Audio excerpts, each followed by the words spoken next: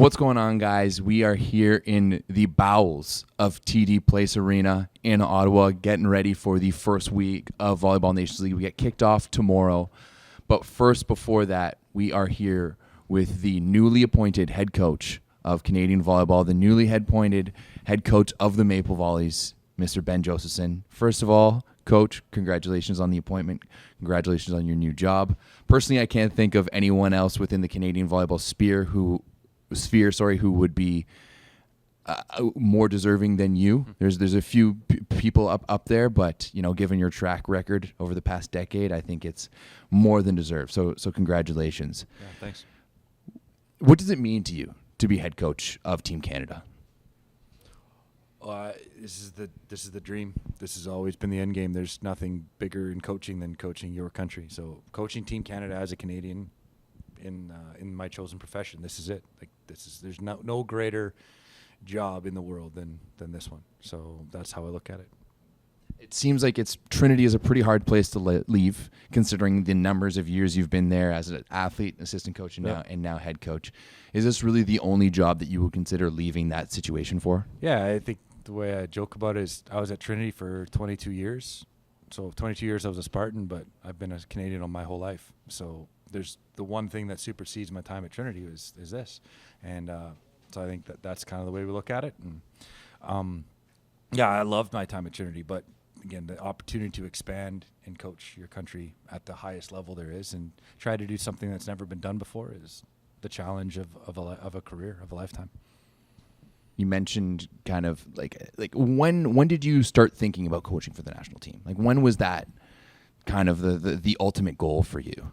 Well, some kids probably dream about playing at the Olympics and winning Olympic. I had never dreamt about that because I knew it wasn't good enough. So, but when I started coaching, then I'm like, oh, you don't have to be a world-class athlete to still go to the Olympics. So maybe when I started coaching, of course, that became the childhood dream of like this is how to go to the highest level. So honestly, probably day 2 of coaching was like, well, this would be the dream.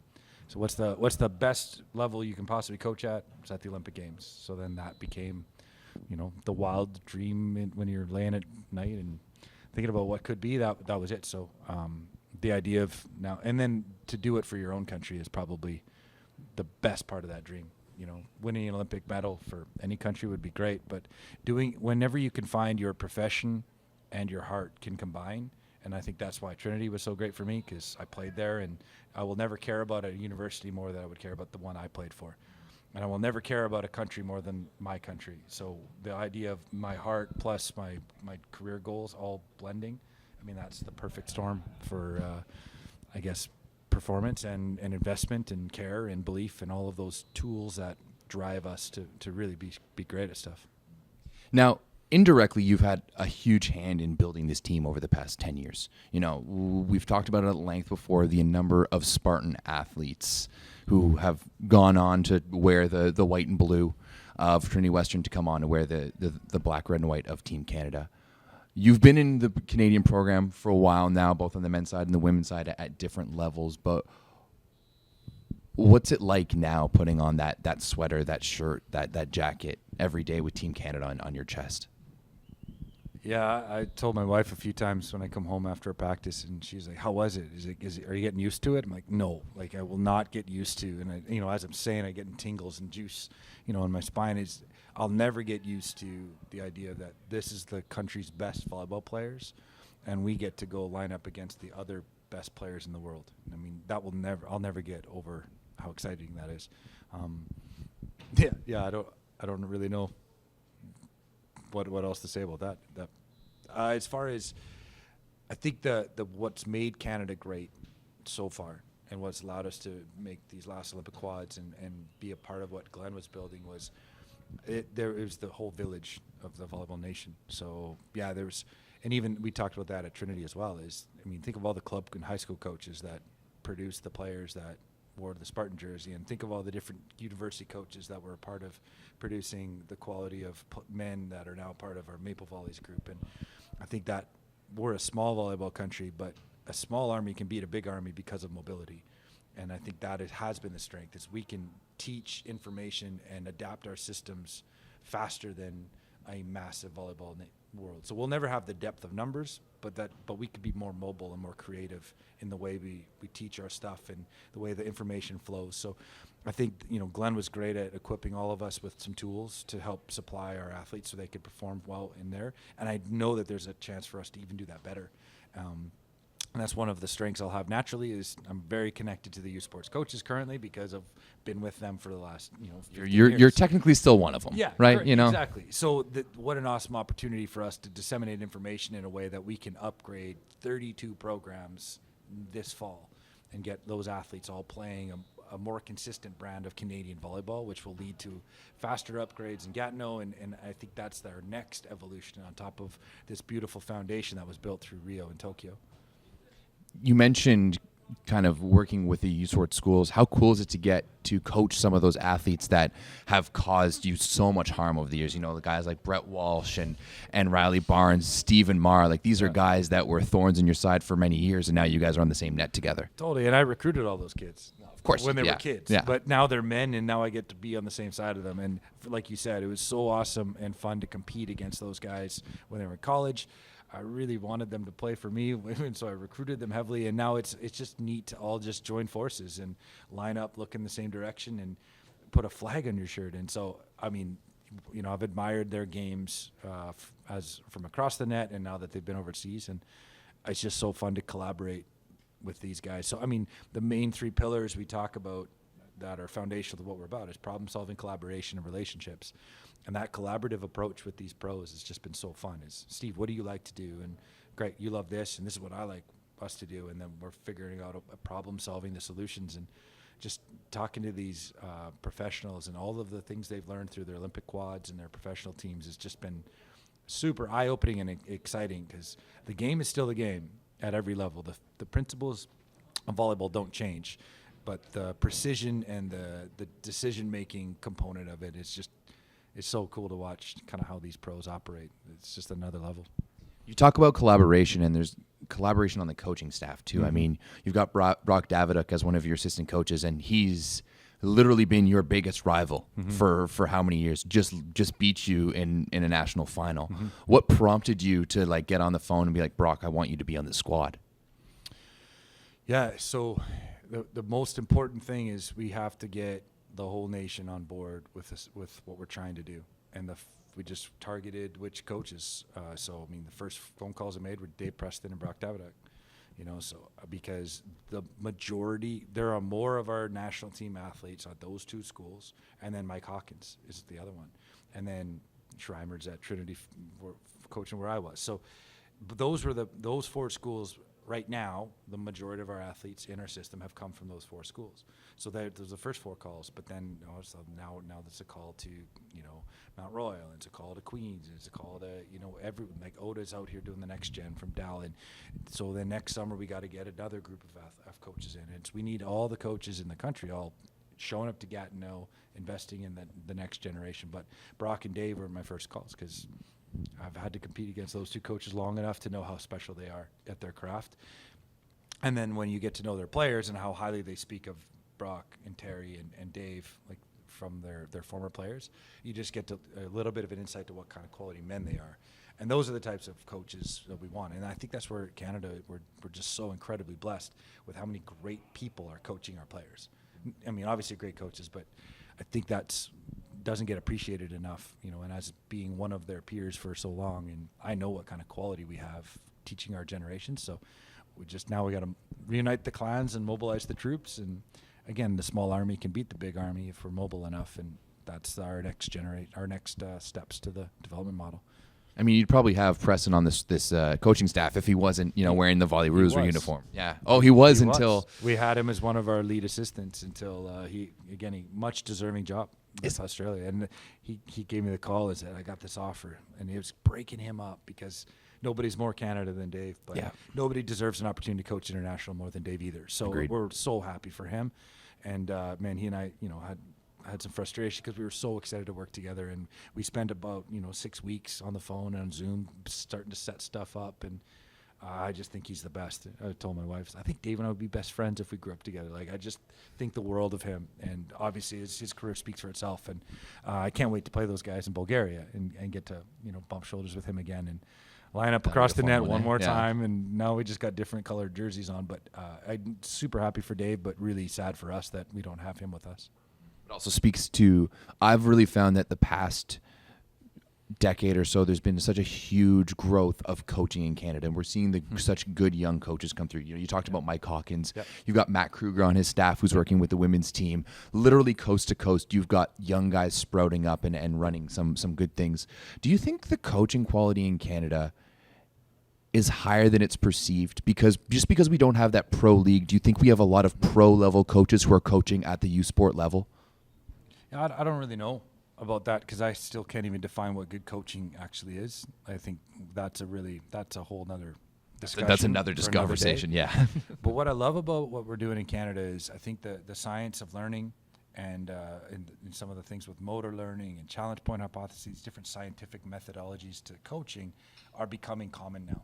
So what was incredibly uncommon 5, 6, 7, 10 years ago is now actually becoming the norm as the younger generation of coaches are moving into spots, and the older generation of coaches are really starting to buy into some of the modern science of learning. And I think that is upgrading our nation's ability to train athletes. And I think we're starting to see that. It's one of the reasons I think we're producing our juniors and our next gen, and our rosters are getting better faster. Because I really think our coaching group is great teachers. That's letting us bridge the gap a bit. You've been involved in that coaching group a lot with like the youth and juniors over the years. How special is it to see kind of some of those groups of athletes grow up throughout the ranks and come on to the national team? Yeah, I think watching these young guys grow up. One of the things we remarked, and so Joe Trinzi's our lead assistant here, and he spent so much time in the USA system for all over, and that's one of the things he observed is how cycle-based our development model is and how much experience that some of these guys have had. I mean, we did a jersey ceremony before the game on Thursday where, everybody got their jersey and had a chance to kind of speak when they fell in love with Canada volleyball or their first memory. And Brody Hofer told the story of when he was 10 or 11 years old and Canada was playing some games at the LEC, he was one of the sweat moppers. So when the guys would dive, he'd run out there, and he said, one day I want to be one of these guys, and here he is, one of these guys. And so we were joking, like, take a look at, just be kind to the sweat moppers. They may be playing for us someday. And TJ Sanders did that as well, right? World League back in London, yeah. Exactly. How cool is that story? But I think watching these guys grow up, we don't have a lot of athletes playing this game compared to some of the nations we have to beat.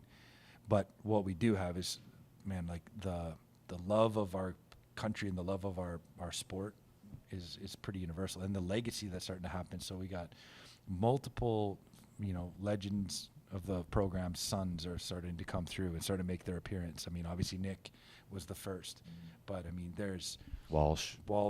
You got Ketcherzinski's. Ketcherzinski's. You got the Greaves boys are coming up through the system. The Greaves. You got Bruce Edwards' boys just going to U of A next year. You got Randy Gingera's boys going to UBC. I mean, this whole generation. I mean, obviously Dane Pischke's come through. So the neat part is that we got this beautiful legacy of our program in the country, and all these great sons are starting to play, but also those people they affect around them. So it's been awesome watching these young cycles stay together, and I think the brotherhood that gets created when you start playing youth and junior together. I mean, watching Van Berkel and Nick, I mean, those guys have been playing together since they were 18 years old, 17 years old. 2010, right? 2009, 2010 exactly. When they, And then you get this next generation. So like watching Sam Cooper and Matthias Elser. I mean, they're the part of the same junior cycle. So now they're coming up together, and it's just neat watching these little pockets of culture that get handed off. And I think culture is often like an elastic band ball, where as long as the core is solid, then you just keep adding elastic bands to it. And so while the external will change the color and change the look of it, the core, it never really gets adjusted. And I think that's what, the great coaches from before, and Clement Lemieux and Brian Watson and Garth and Stelio and Glenn, like they've just stacked up this legacy. And now we just keep adding these elastic bands to it, and now it'll be very different, and I hope it is very different, because what we've done has been great, but it hasn't won that medal that we're all looking for. So we have to get closer to that by the end of this quad. So go ahead. Whether we win it or not, we have to be closer to it than we are now, Mm-hmm. and that's my job, and our job is this group. And if we get it, we get it. If not, we got to be closer. And then 28, me or somebody else will take a run at that, and then 32, et cetera. And then once we win one, then hopefully we continue to win them all the time, and that would be the dream. But there's a lot of other really great volleyball nations trying to do the same things. Yeah, it's difficult to medal at the Olympics first place. It's difficult to do it twice in a row. No doubt. Now, do you feel like you are building everything that you're doing is building on top of like the shoulders of giants that have come before you? 100%. Yep, 100%. I think that it's foolish to think that, so much of what we've seen build up to this point is fantastic, but we haven't won the medal yet. So that means that we're missing something. And it doesn't mean we have to change things. It means we have to build upon it. So it's everything that Glenn and his staff and then the staffs before have done is just fantastic stuff. But till we win that medal, then we haven't done enough. And that's the goal of every quad. And the moment that stops being the goal, then we stop being the Maple Volleys. I like that a lot. Was there ever a thought of you to want to go coach pro? Want to go coach professionally before trying to take on the national team, or do you not seeing that it's not necessary, but the experience at Trinity Western was enough before coming here?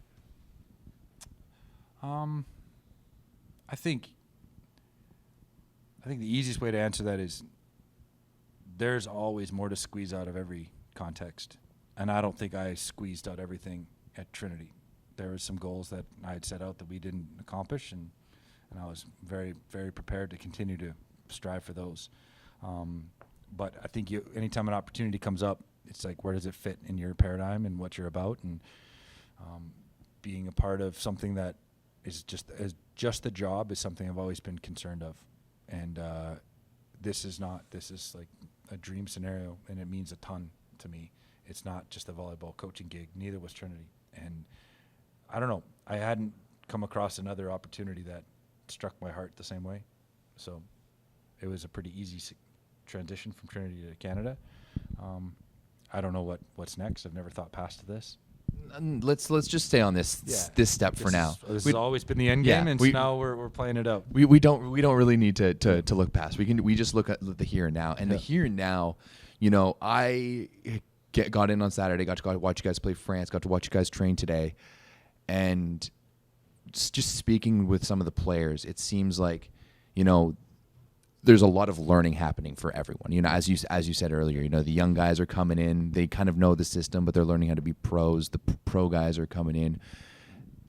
This roster seems to be like a lot of fun. Yeah. And it seems to be, you said something earlier to me that I think was awesome. You want to be that team that everyone hates to play, and that everyone wakes up in the morning and goes, what did Canada do last night?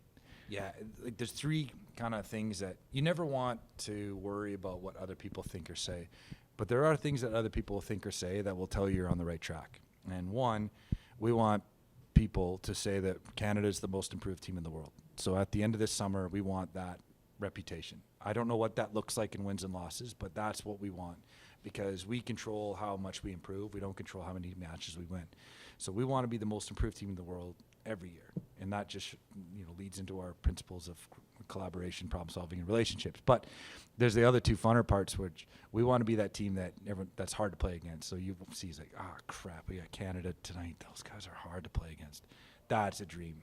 It's when people say that. And then the other one too is I want people around the world to get up and say, oh man, I want to see what Canada did last night, because it's a fun brand and it's fun to watch these men play.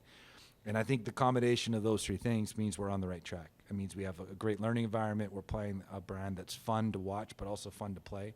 And I think, whenever a game is fun, you have engagement at a really unique, special level. And that's what we're hoping for. So get up and check the highlights. Oh, trust me, they already are. I posted the France highlights this morning from Saturday, and people are going nuts. There's already screenshots of how we touch in 12 feet, just in the gaps. So, but is that not dedication to fun, but hoping that this team is a highlight machine? Is that based off of the athletes we have in the gym? Nope. No, I think that's a fundamental belief that we have. For us to play well, this has to be the most important thing in the world. Nothing is more important than playing volleyball and executing and playing for Canada. But on the other hand, it's just rock and roll, baby. Like, it's just a fun game with your buds and doing something to express your talent and your creativity, and the fun you can have in somewhere between those two is this really beautiful performance state that we're trying to achieve. And we're going to play our best when it's the most meaningful thing in the world to us. It's life or death, but it's just a beautiful, fun experience to go out and express what we've worked hard to be good at. So I believe that those things, when you find that balance between the two, great performances are available, and that's truly what we're trying to push. We have a reason why we do everything. You have a time and place to be at all times. We have a very organized way of playing. And then on the flip side, we want just them to be as creative and fun as possible. And that'll be the brand that we'd love to produce match after match. We were talking a little bit on Saturday about Mark Wilson. Yeah. And Mark Wilson is really one of those guys that if you're a Canadian volleyball fan, you probably don't know who he is, right? He didn't go to one of the big three schools. Yeah. He wasn't a part of junior team programs. He was barely a part of provincial team programs over a decade ago. Yeah. But here's a guy that went through the FTC, has put his time in professionally, just won 2 championships in the Czech, has played Champions League. Yeah. When I asked you about him, you said he fits the mold of what we want to accomplish here. So what is it from a guy like Mark Wilson that, he's never really been given a sniff at the national team before, and here he is. He's going to be suiting up for Team Canada tomorrow night, on the roster for his first national team match. So imagine if every U16 coach in the country knew what we were looking for in our middle players, our left side players, our libero players, our setters, and they understand that to play for Canada, these are the fundamental skills and the fundamental style that we need to have. How much better decisions would our club coaches make with their athlete selections and their roster organization? And if that leads its way right through the university system and right through our next gen or youth team selections, if we all understand what we're trying to do and what skills and metrics are important to do it, man, the best generals have the best intel. So if we can find a way to profile each position, this type of athlete will thrive in our system. And then we just got to start searching for those athletes and start equipping them with the skills and mindsets to perform that kind of role and that style. Then I think we can have a more uniform development model. So right now there's, we have a skill gap in Canada between our team and, let's say, the best team in the world. Well, there's a couple ways to break the skill. Either you need superior athletes, which we're going to try to have, and we have some. We got to match up in skill, which we need to get better at, and the guys are working hard. And 2, you can use organization to help close that gap too, and having a more organized both development system, but also a more organized style of play to help minimize some of those gaps. So between all of that, then our culture starts factoring in, and that's something that's beautiful already. And then, the end of the game is close. And then I'll bet on this group of men, if it's a 2-point game, I know how tough these guys are. So we just got to get all those gaps closed to win that medal in that 2-point game, and then I'll bet on these guys. So I think part of that is Mark fits this style that we want in our middle play right now. We want, a really dynamic spiker who can set a long distance set or spike a long distance set and be a really great read blocker. And those are some of the things that we're putting a premium on right now in our middle players, and Mark fits that bill. So whether Mark's the best middle in the country or not, Mark's skill set is something we can use right now, and he's a super exciting player, and I can't wait for Canada to meet his volleyball game. But as we continue to understand how we play and what we want, we'll continue to be able to get that information into the community and support the coaches and the PSOs and the universities in a way that can help us accelerate our development faster than not that it has been, but faster than to catch up. Because until we start winning those medals consistently, we're just not good enough yet. We're great, but we're not good enough. It seems like we took that first step kind of a decade ago. Yeah. Once Glenn took over the program. Absolutely. To get into the thick of things. I mean, let's remember 2011 we were ranked 27th in the world and nowhere near the top. We finished 3rd of the World League in 2017, so it's obviously like we've bridged that gap. You think that the skill gap is the biggest thing that's hold us back from winning those medals? Oh no, I think that's a question for Glenn. I think Glenn has a way better answer for what we missed there. We have some.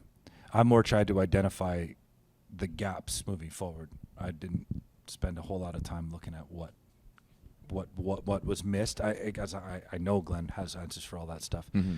I think for me, it's if this team wants to go from where we are right now to where we need to be in Paris, that's what we spent our time looking for. And then again, I have a certain perspective on how I think the game is played as well, and I think every coach has that. Mm-hmm. And so now, while I'm in charge of this team, then we want to try to get these guys to play a way that fits the way we coach and the way we think and the way we train. And when there's synergy in that, then your team can really start to squeeze every drop out of their potential. Just like, Glenn was able and did an amazing job with his methodology of coaching and the way he saw it played to create a brand that was, again, back-to-back quarterfinals. Like, that's an incredible accomplishment. So, but I'm not Glenn, and I'll never think like Glenn, and I don't have his experiences. But what I do have is my own, and that's kind of where we're creating a bit of a hybrid and building upon the great successes of the Giants. And now we got a bit of a different style, let's say. So if the elastic band ball, if the outside looks a little different, but the core is still Canadian, then I think we can continue to build on what was started by the previous generations. The new style is very fast. Is that a good way to describe it? Just from what I've seen here, the speed that we're setting a lot of these balls is incredibly fast. This team's going to be a lot of fun to watch. I hope so. Yeah. Is that something that you've always pushed with your Trinity, like with all of your teams? I'm trying to remember, but I don't think I've ever seen something run it this fast. So I think what we strive for is efficiency and effectiveness, and however we have to play to do that is what we'll do. So based on who we have and who we have to beat, this is one of our strategies to create the points that we need and to find a way to score against a team like France that defends so well, or we got Germany on Tuesday, and it's one of the biggest teams I've ever seen. Watching those guys walk in the hotel, like, holy smokes. So I think we're constantly going to be probing for advantages. So, but we don't want to have a thing. We're not a serving team. We're not a blocking team. We're not a fast offense. We don't have a thing. We just want to be good at volleyball and win games, because that's all that truly matters. I don't want a thing as a coach, and I don't want our team to have a thing. I want us to play a brand that's exciting, but more importantly, if it's effective and efficient. And if we can find that effective efficiency by being hard to play against and being that fun team to watch, then I think that's a really great blend. So, yeah, I think it's pretty quick, but it's not fast for the sake of being fast. It's fast to try to create advantage to score points. And the moment we stop that, then we'll change. And effectiveness rules. As we come into this VNL, obviously it's a little bit of a different schedule than used to, but still you're going to be playing kind of 4 matches in this first week. Are we going to see a variety of lineups coming through? And are we going to be kind of testing things out just to kind of find out what works and who works with each other?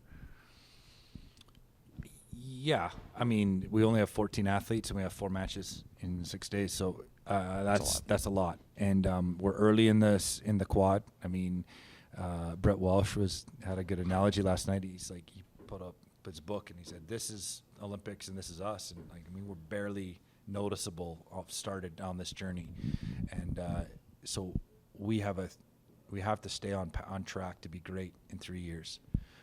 The qualification ends after the VNL in 24, so hopefully we would qualify before that. But qualification ends there. And if we do well enough, then that we bought ourselves another 2 months of volleyball at the ultimate prize. So everything we do is designed around getting to that event and winning a medal at that event. And so how we utilize our roster and how we evaluate our people, it's all guided by those decisions. So so we talk about these 2 lenses that we're making all decisions through. We have team and program. So the team is this one that we're trying to build for this summer to do well in VNL and be great for World Championships. And then there's the program, that's the one that's going to do well at Paris, do well at LA, do well at Brisbane. So we have to, as many times as we can make decisions that accomplish both lenses, the better decisions we're making.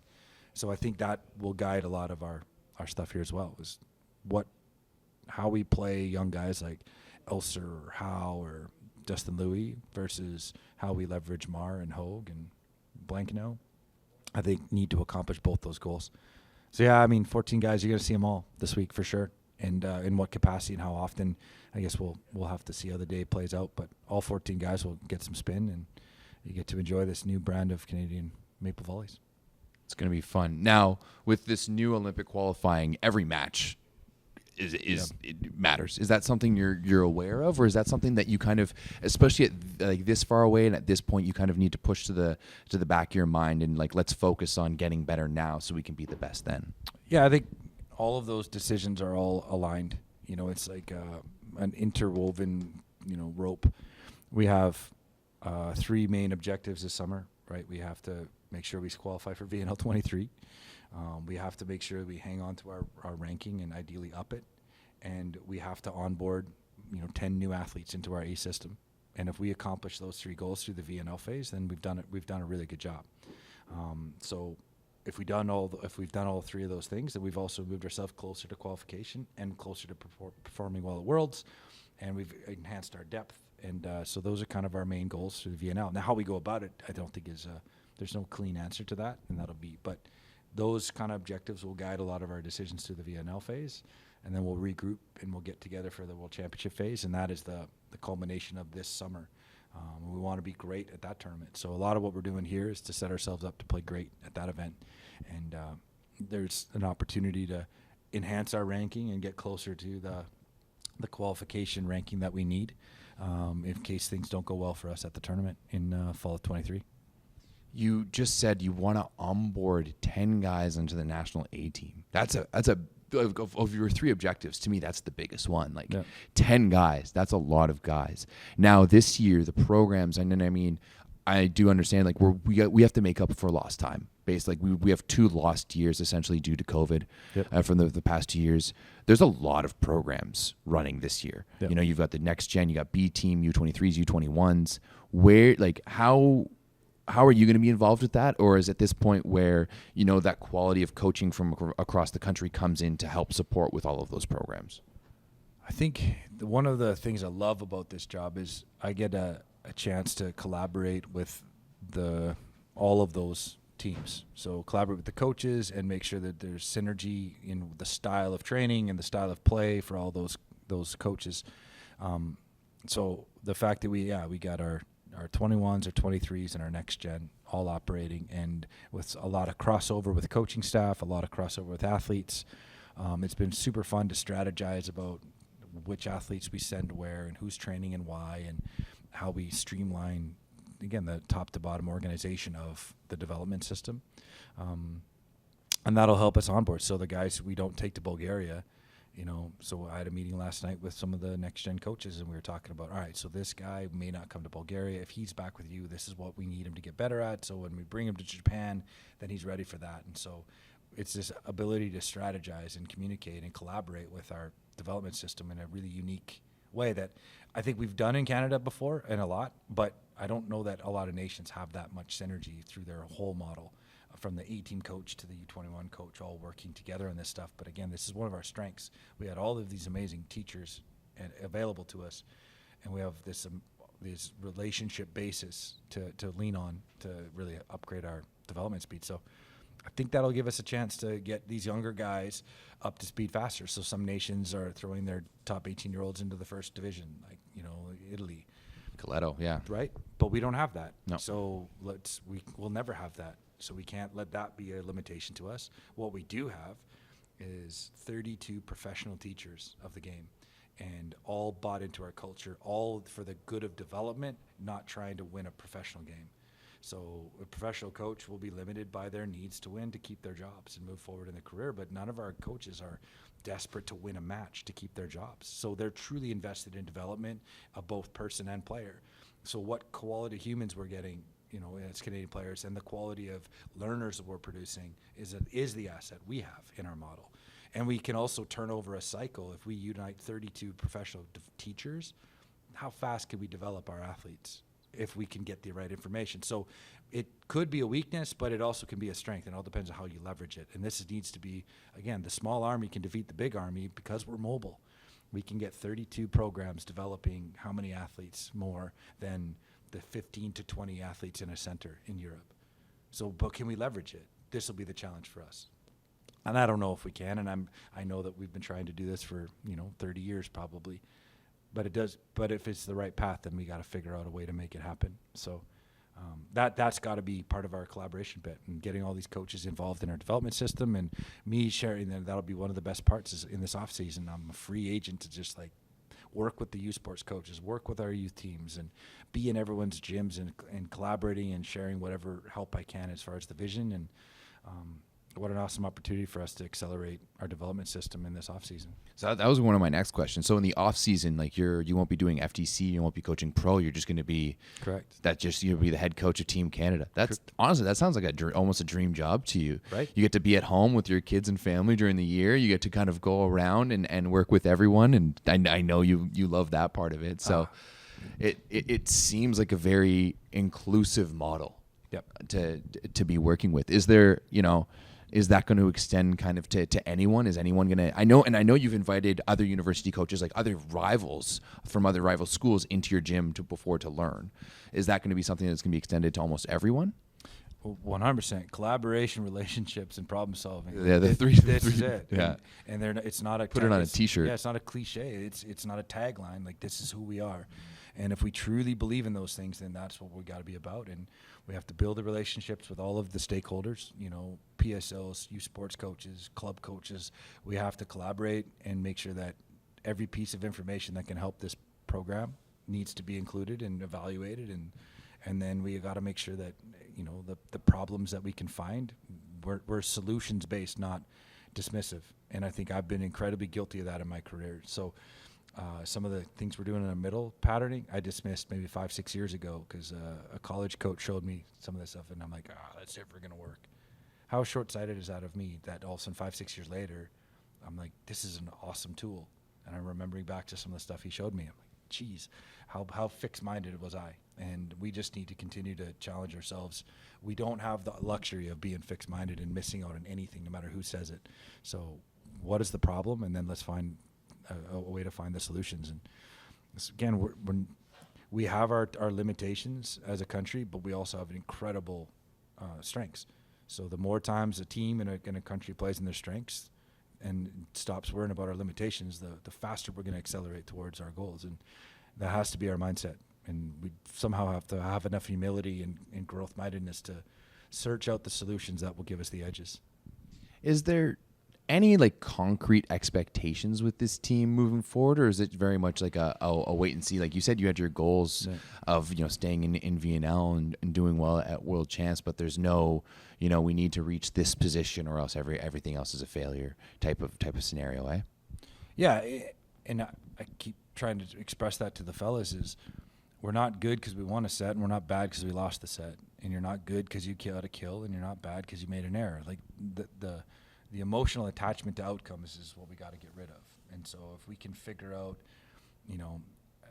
trust the process is like the cliche, but is there a way to understand that as long as we're moving this ball down the field, when we use the phrase 20-mile march, it's part of a great book. It's a really great kind of teaching phrase. But as long as we're getting our 20 miles in, we got to believe that we're going to get close enough to be where we need to be to see 1 or 2 points play out our way. I'm not a huge believer in goals and stuff. I know that's a point of contention with our mental performance coaches and I right now, but I think there's some good science to support it. But for me, it's just, man, here's our principles. Here's what we're working on. Let's just keep moving forward. And I don't know, getting too caught up in, expectations is something I'm not super interested in. I like that. I like not having expectations. Let's just go out and win. That's the best way. Oh yeah, I'm not good at losing, that's for sure. So I know that. The plan is to win everything we play, because I think that's how the sport's supposed to work. You're supposed to win. Then if there's a ref and a scorecard, they're supposed to win, and that will be our goal, because that's sport. But we're also not going to defeat ourselves mentally if we don't, and we're not going to think we're great because we did. So I don't know. If they're going to keep score, we're going to win. I like that. Now, I saw a lot today in practice, you're still, still stopping a lot and teaching a lot. Is that teaching going to be happening all throughout the summer? And is that something that's going to kind of extend indefinitely with this program? Yes. Infinite teaching. 100%. And so I told the guys after practice, I said, if you don't feel uncomfortable after practice and you feel like, oh, we got this, well, then we failed you and we haven't challenged you enough. So as long as, there will never be a moment where they'll come out of practice feeling like, oh, we're sweet or we're in flow, because that will never be the case when you play a good opponent. Mm-hmm. So we will always feel a little bit uncomfortable, like we're not doing everything right, because that's also the reality of the game. Is there's errors are a massive part of volleyball. That's why a game to 25 is crazy, because you're going to make 7, 8 errors every set minimum. Those are just unforced, 6 unforced plus the other forced. Like this is just the game. So for us, we want to keep the challenge of what we're asking them to do with the failure rate in an appropriate level. So we want them to feel uncomfortable, like there's more to do, but we also need to have enough success that we're on track, and finding that balance, and then how to tweak that balance is some of the art of coaching. But teaching is the game. And until we start, and we told them, until we put a medal around our neck at the end of this quad, then we can pause teaching, and then we can restart for the next quad, because that's the job. But until that moment, we're never going to feel comfortable. We're never going to feel like there's not more to get better at. And that I'll never be comfortable and happy with the way we're playing, because there'll always be something to find. And that's just that. Get comfortable being uncomfortable is how to be really special at anything. Because the moment we stop striving for the next thing, it's the moment we stop being the Maple Volleys. Now, does that teaching and learning, I guess, extend to you? And is that why you have someone like Stefan Hubner from Lundberg on your staff? Yeah. So, yeah, they always talk about get people around you who are better than you. And my gosh, I mean, with Stefan Hubner, 2 times I think he was in the all-world all-star team as a middle player. I mean, we were talking about all of the different people he's played with, and 10-year European career, and then now he's leveraged that into his amazing professional career. And his wife was one of the top 5 players on the planet, arguably, when she was clicking. Like, I mean, yeah, talk about somebody who he's lived the life that we all dream of. He's been to the Olympics as a coach and a player. He's played in those leagues. So what an amazing resource for me and our team to glean information and wisdom from. And again, just one of the best people to be around. So somebody like him, he's been a great friend and mentor for years for me. So the moment I got the job, I was like, Steph, will you help? And he's like, oh, yes. And so I was pumped to have him. And then Joe Trinzi, again, is probably the smartest person I've ever come across in the game. And he's our other assistant. And his ability to blend analytics and teaching is second to none. Like, you'll never find a better teacher with data to support it. It's just incredible, his methodology.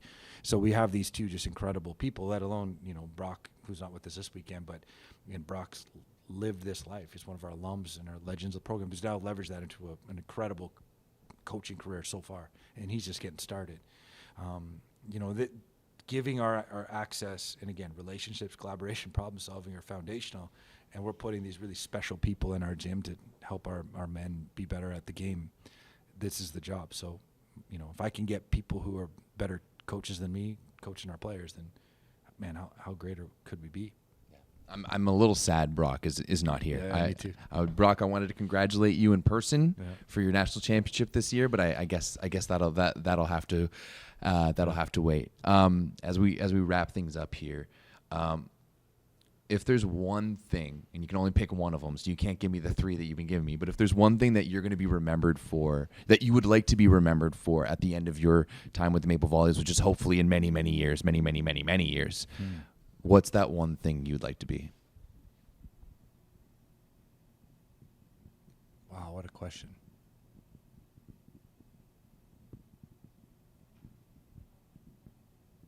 Holy smokes, Everett, that's incredible. I've never thought about that. Yeah, I'm not big on legacy or reputation or honestly success. I all that stuff stresses me out a lot. Man, I think if the athletes all feel like they got close to their best. Yeah, I think if they feel like we pushed them and treated them in a way that they got really close to their best, I think then we're close to doing our job. We gotta win the medal to do our job. Yeah, because that's what's next, right? That we gotta at least win the quarterfinal and get into a medal match. Like, that's the next obvious step. But I think to do that, yeah, I think that's such a fluffy answer.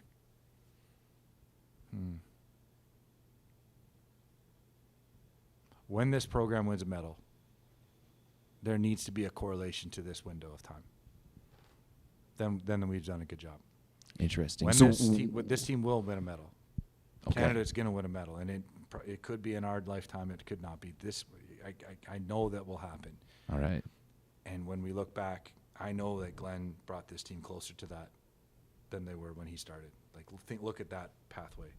And so I'm sure he's proud, but he should be incredibly proud with how far the program came under his guidance. And then it has to have the next coach has to be able to say the same thing about my era, is whether we win the medal while I'm here or not.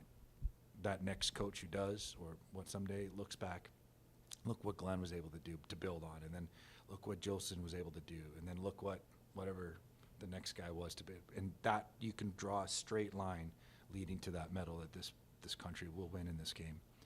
So, yeah, when it's all said and done, if we're closer to that and we can clearly believe that we took the torch further down the road, then I'll feel good about this era.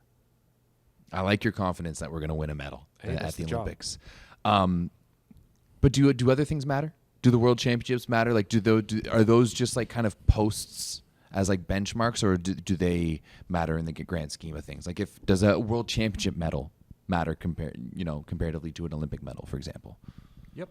Yeah, but just not as much. Nope. No, fair enough. The whole country isn't watching you at the World Championships. Well, the World Championship is in many ways a way better tournament. Way better, yeah. Because there's so many great volleyball teams that don't get to play in the Olympics. Like like Serbia and Slovenia weren't there last year, and Yeah. they were, especially last summer, they were two of the best and the hottest teams in the whole world. So you could argue that World Championships is a way better tournament, but it's not the ultimate test of the quad. The quads are built in Olympic quads and quadrennials, so the Olympics is the culmination of the entire 4 years. I mean, you got to be great for 4 years, to be great for 2 weeks, to be great for 2 hours. It's the phrase. So World Championships is part of that process. So is VNL, so is World Cup, and the World Championships is your midway mark to know where you're at. And not many teams have won World Championships and the Olympic Games. And I guarantee you, Poland would trade their World Championship for that Olympic gold medal. I was just about to point out So I Poland. think Yeah, the World Championships is an incredibly important tournament to know where you're at, but It's not the everybody's Olympics, yeah. shooting for the gold medal at the Olympic Games. Like, that is what, Joe was talking about, was there 7,000 people in the Olympic Village or something, and there's 7 billion people? So you're literally one of a million if you can get to the Olympic Games. Think about that. And then if you're one of the people who can win that thing, like, this is what sport immortality is all about. Like, if you're truly invested into being the best of your craft, winning Olympic Games is what it's all about. And man alive, think about that 84 cycle, like how close those guys were to that medal. And we owe it to a country to get back to that thing and put one up. But I think World Championships is really important, but it's all building towards Paris 24 for every team in the world. Mm-hmm. And I think anyone who tells you otherwise probably is lying. Do you feel rushed because you only have 3 years instead of 4? Incredibly rushed. This international calendar is such a unique thing. Like, we had this 6-week training block, which is more than we usually get, but we only had 2 weeks with our senior players after they got back from their European clubs. So, man, 2 weeks to try to onboard everyone into a system is challenging. And then we go in this incredibly intensive 5-week window with VNL. So we're playing all these matches all over the planet, and it's actually quite an easy travel schedule compared to other years. Yeah, way easier. Right, so then we have this, and then you have this tight training block, and then this 4-week tournament for Worlds. And it's like, wow, and then you're done, and then everyone's gone, and it's like you have this. Feels like you never have enough time. So we were saying yesterday, man, I wish we had 2 more weeks, but I can't imagine a scenario where we're going to be like not wishing we had 2 more weeks to train. Mm-hmm. So I think one of the things that this group has shown already, and I think this will drive this group's success, is on Thursday we played a match. On Friday we had a training session, some video work. On Saturday we had another serve and pass. And Saturday night they upgraded the 2 or 3 things that we identified, and they made instant changes, and it performed. And now we identified another thing, and so we had to see tomorrow if we're going to be able to upgrade it. And the team that is willing to upgrade amidst competition is the one that we're going to see become the most improved teams in the world. And so that's something we want to be, and our ability to upgrade between matches in these practice sessions. So like today, what Stefan was saying, he was really proud of us because we were learners the whole practice, not trying to get a good feel in the new gym. Like, they were engaged in the learning and upgrading. Like, for an hour and a half today was all we had. And that was just so proud, because we're not trying to feel good. We're trying to get better. And the teams that stay with that the longest will get close enough and be the most improved team in the world. And I think the other one is, we talked to our guys a lot about, every team in the world is going to practice, let's say 3-4 hours a day. And then what they do in the other 20 hours is going to determine who's truly the most improved team. And this group is incredible with their ability to consume video and consume knowledge and collaborate with each other. And they've been doing that for 6 weeks now. Imagine if they can do that for another 2.5 years. I mean, that truly is a team that might be able to do some of the things that we're dreaming about. But we can't guarantee we'll get those goals, but I promise you we will not if we aren't the best team outside the gym in the world. And they're doing a really great job so far, but everybody can be good for 2 weeks. Could you be good for 4 years, to be good for 2 weeks, to be good for 2 hours? I mean, look at Argentina, right? They're a team that kind of middle of the pack. They ended up with a medal at the end of the Olympics, right? So that's, as you said, 4 years for 2 weeks for 2 hours. I like how you break that down. Now, tomorrow night you're going to be coaching your first ever official match as the head coach of the Maple Volleys. Pre-game, before the anthems, are you going to allow yourself a little bit of time to, be aware of your surroundings and just kind of like take it all in? Or are you going to be focused on the match at hand? Oh, I think that's always my favorite part. I remember when we got to coach with the women's team or a FISU team or anything. Anytime the anthem plays and you're wearing the flag, that's a moment to pause and reflect and be thankful for the opportunity and this great country we get to live in and the great people we get to be with. And no, I for sure will definitely make sure that let that wave wash over and get a little emotional. And then, because I think that's great fuel for us to play well too, because it's an honor to play for this nation, and we want to play well for the people of it and the opportunities we've been given because of we're Canadians. So, for sure. That's my favorite part of the whole match. The rest of the time is just anxiety and stress. You did tell me the other day that you do much prefer training than games times. I love practice. I hate games. Which I've always found interesting, because I've always found, you talk about, I've seen your teams improve set to set. I've seen you make mid-game adjustments that change things along, quickly. So I've always deemed you as a very good in-game manager. So I get way too much credit for that stuff. Yeah. From external sources. The teams that you've seen that from, and I believe this team is another one that's on that path. They're incredible learners, and their relationships, the way they share information. Like, I'm so little a part of what that is. Those are really incredible competitors who are great at communicating with each other about what's being missed. I'm just trying not to screw it up by getting emotional and saying something that's going to derail all of the great stuff that they're doing in matches and in timeouts. So I've heard this before, and I need on the record, like, that is wrong. Okay. Those teams that have done those things in sets, that is a great group of men who understand what we're trying to do and the principles behind it, and have the ability to collaborate together to make those changes. And we as staff did a really good job of not getting in the way of that, because we don't affect the game enough for those things to change. I mean, if athletes can't collaborate and make those changes, then the team will never perform. And those teams that I've been a part of that have watched that, and I saw that happen with this team on Saturday, those are the teams that can really upgrade and find their way through tough matches. And I think this group's got that stuff. And I've seen some of those teams in the past, and I don't think coaches have nearly as much influence as either they think they do or people think that coaches do. Athletes make plays, athletes make adjustments, and coaches mostly just screw it up, to be fair. It sounds like this is going to be a very athlete-driven group. You got it right. These are the guys who make the plays. The lights are on, and especially now we have one timeout. So VNL, we have one timeout and there's one tech, and so we even have less impact than we've ever had in a game. So sometimes you can say something in a timeout that might help. We have one of those now, and there's only one tech. It's crazy. So, which is, again, the more your athletes are able to collaborate and share information and make adjustments on their own, the more effective your team will be. And so I just think it reinforces the need for great learning and great problem-solving skills as a group. And again, those are core principles for us. But I think those are really what makes great volleyball teams. Can you imagine like the Brazilian team from the 2000s, like only doing what they were told? Like, there's no way that team wins those games. I'm sure Resende had a lot of really great things to say, but there's no way that Ricardo and Jiba and Dante were like only doing everything Resende told them. And think about, every great champion, like watching France play last summer, observed Coach Tilley was just very freeing for the athletes to let them be who they were. And they played with this amazing freedom to win that tournament. And I think the really great volleyball teams show a freedom and a flair that is just super athlete driven. Freedom within the system. That's what truly makes great teams, I think. Kind of reminds me of Don Cherry talking about coaching the Bruins and about how he, would just send Bobby Orr and the rest of the guys to go do their power play. And they're like, what? You're not going to do it for us? He's like, what? You think I'm going to tell you how to run your power play? Totally. Like me, Yeah. This is very much like you gotta trust the guys you gotta trust your horses who are running for you. Totally. Maybe our job is to shine the light on something they haven't thought of, or give them a new way to think about stuff. Something Joe Trinzi is amazing at.